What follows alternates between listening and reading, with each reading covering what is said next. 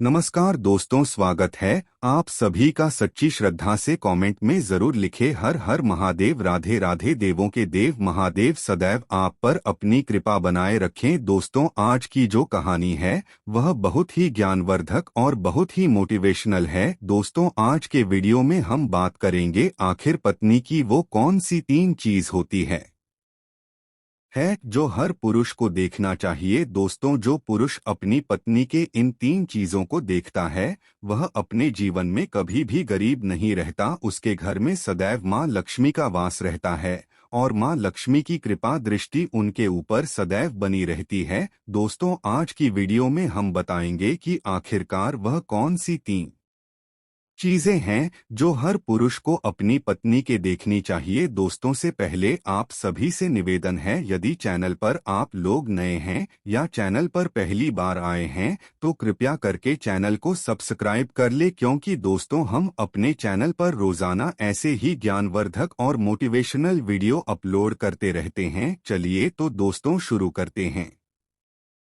आज की इस प्यारी सी वीडियो और इस प्यारी सी कहानी से। जानते हैं कि पत्नी की कौन सी 3 चीज है जो हर पुरुष को अपनी पत्नी की देखनी चाहिए। दोस्तों, एक बार की बात है, किसी गांव में एक आदमी रहा करता था। दोस्तों, वह आदमी अपनी पत्नी से बहुत परेशान था, क्योंकि उसकी पत्नी अपने पति से बात बात पर लड़ाई झगड़ा करती थी। उसके घर में एकदम कंगाली छा गई थी। खाने के लिए घर में न ही कोई दाने थे, ना ही पीने के लिए पानी और ना ही पहनने के लिए वस्त्र। दोस्तों, रोज रोज के इस कलेश से वह पुरुष अपनी पत्नी से परेशान हो गया था। दोस्तों, एक दिन की बात है, वह आदमी अपने घर से जंगल की तरफ निकल जाता है। दोस्तों, जंगल में जाते जाते उस आदमी को एक साधु से मुलाकात होती है। तब वह आदमी उस साधु के पास बैठ जाता है और वहां पर बैठकर रोने लगता है। दोस्तों, वह साधु उस आदमी को पूछते हैं कि पुत्र, आखिर तुम्हें हुआ क्या है, तुम क्यों रो रहे हो। तब आदमी उस साधु को बताता है कि महाराज, मेरे घर में मेरे पत्नी और मेरे 2 छोटे छोटे बच्चे हैं। मेरी पत्नी मेरी कोई भी बात नहीं मानती है, बात बात पर मुझसे लड़ाई झगड़ा करती है, जिसकी वजह से मेरा एक छोटा सा बिजनेस था वह भी बंद हो गया और अब हम घर में दाने दाने के लिए मोहताज है। हमारे घर में खाने के लिए कुछ भी नहीं है, पीने के लिए पानी नहीं है और पहनने के लिए वस्त्र नहीं है। लेकिन मैं अपनी पत्नी को समझाता हूँ कि लड़ाई झगड़े ना करें, इसके बावजूद भी वह घर में रोज लड़ाई झगड़ा करती है। इस वजह से मैं बहुत दुखी हूँ और बहुत परेशान हूँ, इसलिए मैं घर छोड़कर आपकी शरण में आया हूँ। दोस्तों, वह साधु महाराज उस आदमी को बोलते हैं कि पुत्र, तुम रो मत, आज मैं तुम्हें ऐसे 3 चीज बताने जा रहा हूँ जो पुरुष अपनी पत्नी की 3 चीजों को देखता है वह पुरुष अपने जीवन में कभी भी गरीब नहीं रहता है और न ही उसके घर में कभी लड़ाई झगड़े होते हैं और उसके बिजनेस में तरक्की होती है। दोस्तों, तो वह महाराज उस आदमी को बताते हैं कि मैं तुम्हें जो बातें बताने जा रहा है उन 3 चीजों को गांठ बांध लो। तब वह आदमी उस साधु महाराज की बातें बहुत गौर से सुनता है और साधु महाराज से बोलता है कि प्रभु, आप मुझे जल्द से जल्द बताइए वह कौन से 3 चीज है जो हर पुरुष को अपने पत्नी की देखनी चाहिए। दोस्तों, तब वह साधु महाराज उस आदमी को एक कहानी सुनाते हैं। तो चलिए दोस्तों, गुरुजी से ही सुनते हैं इस कहानी के बारे में। दोस्तों, किसी नगर में एक सेठ रहा करता था। उस सेठ का बहुत बड़ा व्यापार था। उसके घर में सेठ और उसकी पत्नी रहा करते थे। उस सेठ और सेठानी में आपस में बहुत प्रेम था। उनके घर में कभी भी लड़ाई झगड़ा, किसी प्रकार का कोई अंधा क्लेश नहीं होता था, इसलिए उसके घर में सदैव माँ लक्ष्मी का वास रहता था और उनके बिजनेस में दिन दुगनी रात चौगुनी तरक्की होती थी। उन सेठ सेठानी में इतना प्रेम था कि आसपास के लोग उनके इस प्रेम को दें कर जल जाया करते थे। दोस्तों, सेठ और सेठानी के इस प्रेम की मिसाल हर गांव वाले देते थे। ऐसे कर करके उस सेठ और सेठानी की बात उस गांव की राजा तक भी पहुंच जाती है। दोस्तों, जब सेठ सेठानी की बात उस राजा के पास पहुंचती है तो वह राजा भी उनके प्रेम की मिसाल की तारीफ करते हैं और कहते हैं, हमारे गांव में एक पुरुष और स्त्री ऐसे भी हैं जिनके घर में कभी भी लड़ाई झगड़ा नहीं होते हैं। उन दोनों में आपस में इतना प्रेम है कि जितना मैं आज तक अपनी जिंदगी में कभी भी नहीं देखा। दोस्तों, एक बार की बात है, वह राजा पूरे नगर में ढिंढोरा पिटवा आते हैं और कहते, इस राज्य में जितने भी लोग हैं सभी लोग अपने अपने घर में दिया जलाकर रखेंगे। तब राजा की रानी अपने राजा से पूछते हैं कि महाराज, आखिरकार आप सभी के घर में दिया क्यों जलवा रहे हैं। राजा रानी की बात सुनकर रानी को बोलते हैं कि दीपक प्रेम की निशानी होती है। जिसके घर में दीपक जलता है उसके घर में सदैव ही प्रेम बना रहता है।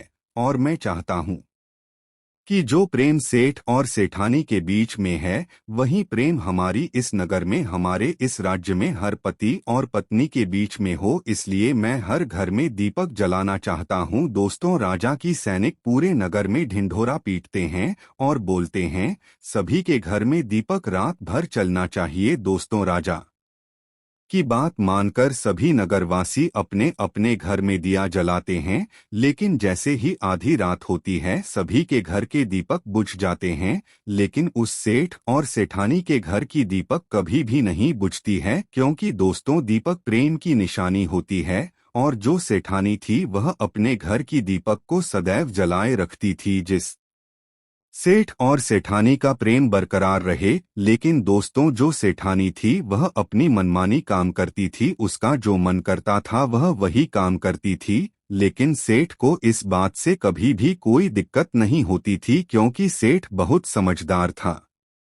वह सोचता था कि यदि मैं अपनी पत्नी को रोक-टोक करूंगा तो घर में बेवजह ही लड़ाई झगड़ा होंगे। दोस्तों, इसीलिए सेठ सेठानी की कई चीजों को और कई बातों को अनदेखा करता था। वह सेठ इसलिए अनदेखा करता था ताकि पति पत्नी में वह प्रेम और व्यवहार बना रहे। एक दिन की बात है दोस्तों, राजा और रानी अपनी छत के ऊपर खड़े होकर अपने नगर का नजारा देख रहे थे और वह राजा और रानी देखते हैं कि उनके पूरे राज्य में अंधेरा था, लेकिन सिर्फ एक सेठ और सेठानी का ही गांव का घर था जहां दीपक जल रहा था। दोस्तों, तब राजा रानी से बोलता है कि देखो सेठ और सेठानी में कितना प्रेम है, सभी के घरों का दीपक बुझ गया है लेकिन सेठ और सेठानी के घर का दीपक अभी भी चल रहा है। इसका मतलब यह है कि सेठ और सेठानी में बहुत ही ज्यादा प्रेम है। तब रानी अपनी राजा से बोलती है कि महाराज, सेठ और सेठानी में जो भी प्रेम है वह इसलिए है क्योंकि सेठानी समझदार है, इसलिए सेठ के घर में प्रेम है। दोस्तों, जब राजा रानी की बात सुनता है तब राजा बोलता है कि नहीं महारानी, यहाँ पर सेठ ज्यादा समझदार है, इसलिए उनके घर में कभी भी लड़ाई झगड़ा नहीं होती है। दोस्तों, रानी बोलती है कि सेठानी समझदार है, राजा बोलते हैं कि नहीं सेठ समझदार है। दोस्तों, सेठ और सेठानी की बात को लेकर राजा और रानी में बहस होने लगा। तब राजा बोलता है कि देखो, हमें बहस करने की जरूरत नहीं है, क्यों न हम दोनों उनका एक परीक्षा ले, परीक्षा में जो पास होगा वही समझदार होगा। राजा और रानी अपनी बात से सहमत हो गए और उन दोनों की परीक्षा के लिए तैयार हो जाती है। दोस्तों, तब राजा अपने महल में जाता है और अपनी दासी को बुलाता है और वह अपनी दासी से बोलता है, उस सेठ के पास जाओ और जो जो प्रश्न में तुमसे बोल रहा हो वह तुम सेठ को बोलना। भड़ासी बोलती है, ठीक है महाराज। फिर वह दासी राजा की बात सुनकर सेठ के पास जाती है। उसी समय ही सेठ की पत्नी बाजार गई थी कुछ सामान लेने के लिए। दोस्तों, तो वह राजा की दासी सेठ से बोलती है कि सेठ जी, मैं राजमहल से आई हो, राजा साहब ने मुझे भेजा है। दोस्तों, वह सेठ उस दासी को बोलता है कि बताइए, मैं आपकी क्या सेवा कर सकता हूँ, आप बैठिए, मैं आपके लिए पानी लेकर आता हूँ।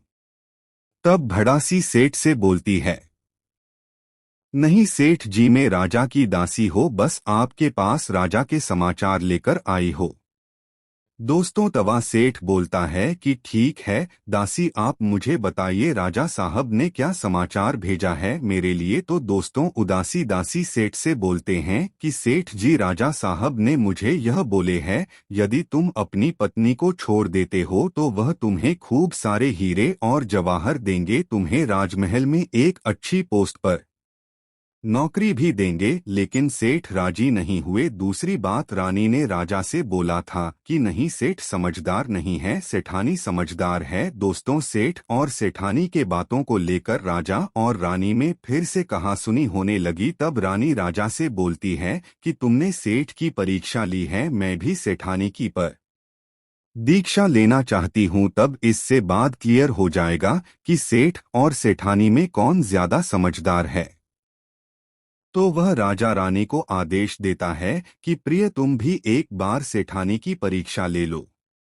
तब रानी अपने राजमहल से दास को उससे थाने के पास भेज दिया और अपने दास से बोलती है कि जो मैं तुम्हें बोल रही हो ये सारी चीजें जाकर उस सेठानी को बोलना। तब राजा का दास उससे ढाणी के पास जाता है। इधर से सेठ अपने काम के सिलसिले में कहीं बाहर गया हुआ था। घर पर सेठानी ही अकेली थी। दोस्तों, दास मौका देखकर उस सेठानी के पास पहुंचता है और सेठानी से बोलता है कि सेठानी जी, मैं राजमहल से आया हूं, मुझे रानी साहिबा ने भेजा है। दोस्तों, तब वह से इतनी बोलती है, ठीक है, बताइए किस लिए तो मैं रानी साहिब मेरे पास भेजा है। दोस्तों, तब वह दास सेठानी से बोलता है कि रानी साहिबा ने बोला है कि यदि तुम अपने पति को छोड़ दोगी तो वह बहुत सारे हीरे जवाहरात देंगे, और अगर तुम अपने पति को मार दोगे तो वह तुम्हें अपने राज्य का आधा हिस्सा दे देंगे। दोस्तों, दास की बात सुनकर सेठानी तैयार हो जाती है और कहती है, ठीक है, यदि रानी साहिबा अपने राज्य की आधा हिस्सा मुझे देंगी तो मैं अपने पति को मार दूंगी। दोस्तों, तब उस राजा का दास सेठानी से बोलता है कि मुझे कैसे पता चलेगा कि तुमने सेठ जी को मार दिया है कुछ तो। तब सेठानी राजा के दास से बोलती है कि मेरे घर में जो दीपक जल रहा है वह तुम्हें देख रहा है। तब दास बोला, हाँ, दिख रहा है। तब सेठानी उस राजा के दास से बोलती है कि जब मैं अपने पति को मार दूंगी तो मैं यह दिया बुझा दूंगी तो तुम्हें पता चल जाएगा कि मैं अपने पति को मार दिया है। वह दास सेठानी की बात सुनकर राजमहल को वापस लौट जाता है और राजा और रानी से ये सारी बात बताता है। सेठानी की बात सुनकर रानी बहुत अचंभित हो जाती है और रानी को स्त्री जाति से नफरत होने लगती है। दोस्तों, तब वह राजा अपने सारे दास दासियों के साथ सारे सैनिकों को बुलाता है और बोलता है, देखो, मैं यह नहीं चाहता हूं कि राजा और रानी के वजह से किसी निर्दोष की जान जाए। तुम ऐसा करो, सेठानी के घर जाओ और उस सेठ को सारी बातें बता दो और उस सेठ को बचा लो। दोस्तों, इधर दास और दासी सेठानी के घर पर जाते हैं और सोचते हैं कि सेठानी तो सेठ को रात में मारेगी और दिया भी बुझ आएगी, इससे पहले ही हम सेठानी के घर में हमला बोल देते हैं। दोस्तों, इधर रात भी नहीं हुई थी, शाम का समय था और जैसे ही राजा के सैनिक सेठानी के घर पर धावा बोलते हैं तो देखते हैं कि सेठ पहले से ही मरा हुआ है। दोस्तों, तब राजा और रानी के दास दासी सेठानी से बोलते हैं, जी तो मरा पड़ा है, लेकिन सीट को तो तुम्हें रात में ही मापने के लिए बोला गया था। दोस्तों, तब वह सेठ ने उदासी से बोलती है कि सेठ को तो मुझे मारना ही था, रात में तो मुझे दिया बुझाना था, इसलिए सेठ को तो मैंने दिन में ही जहर देकर मार दिया है। अब मेरा काम है सिर्फ दिया बुझने का। दोष तो वह सैनिक उल्टे पांव उस सेठ के घर से राजा के दरबार में भागे भागे जाते हैं और राजा को सारी बातें बताते हैं। दोस्तों, राजा क्रोध से आग बबूला हो जाता है और उसको स्त्रियों से घृणा होने लगती है और वह अपने सैनिकों को भेजता है कि उस सेठानी को बंदी बनाकर लाए। तब राजा के सैनिक उससे ढाणी को बंदी बनाकर राजा के राज दरबार में पेश करते हैं। दोस्तों, तब वह राजा उससे सेठानी को कारावास में डलवा देता है और वह राजा समस्त स्त्री जाति से नफरत करने लगता है। दोस्तों, वह साधु इस कहानी को गांव के उस आदमी को सुनाता है। तब साधु उस आदमी से बोलता है, अब तुम्हें समझ में आ गया होगा कि स्त्री की वह कौन सी 3 चीजें हैं जो हर कोई पुरुष को देखना चाहिए। वह आदमी साधु से बोलता है कि महाराज, मुझे अभी भी समझ में नहीं आया, स्त्री की वह कौन सी 3 चीजें हैं जो हर पुरुष को देखना चाहिए दोस्तों। तब वह साधु उस आदमी को बताते हैं कि हर पुरुष को अपनी स्त्री के सबसे पहली चीज यह देखनी चाहिए कि वह कहाँ पर आ जा रही है। दोस्तों, जो पुरुष अपनी स्त्री की यह चीज देखता है कि पत्नी वहां पर आ रही है, वहां पर जा रही है, तो उसके घर में कभी लड़ाई झगड़ा नहीं होते हैं और वह अपनी पत्नी के ऊपर नियंत्रण कर पाता है। दूसरी चीज है, पुरुष को पत्नी के अंदर ये चीज देखनी चाहिए कि उसकी पत्नी के बोल चाल कैसी है, वह अपने पति की इज्जत कर रही है कि नहीं, अपनी पति की बात मान रही या फिर नहीं। जो स्त्री अपने पुरुष की बात नहीं मानती है, अपने पति की इज्जत नहीं करती है, वह अपने पति के साथ कुछ भी कर सकते हैं, जैसे कि उस सेठानी ने उस सेठ के साथ किया था। इसलिए हर पुरुष को अपनी पत्नी की यह चीज देखनी चाहिए। तीसरी चीज, वह साधु उस आदमी को बताता है कि हर पुरुष को पत्नी के चाल चलन जरूर देखना चाहिए। दोस्तों, जो पुरुष अपनी पत्नी के चाल चलन देखता है और उसकी चाल चलन पर उससे ज्यादा प्रेम नहीं करता है, उसको अपने कंट्रोल में करके रखता है, तो उसके घर में लड़ाई झगड़ा कभी भी नहीं होते। दोस्तों, जो स्त्रियां अपने घर पर मनमानी चलाती है और पति की बातों को नहीं मानती है, उनके घर में इस तरीके की मुसीबत आती है।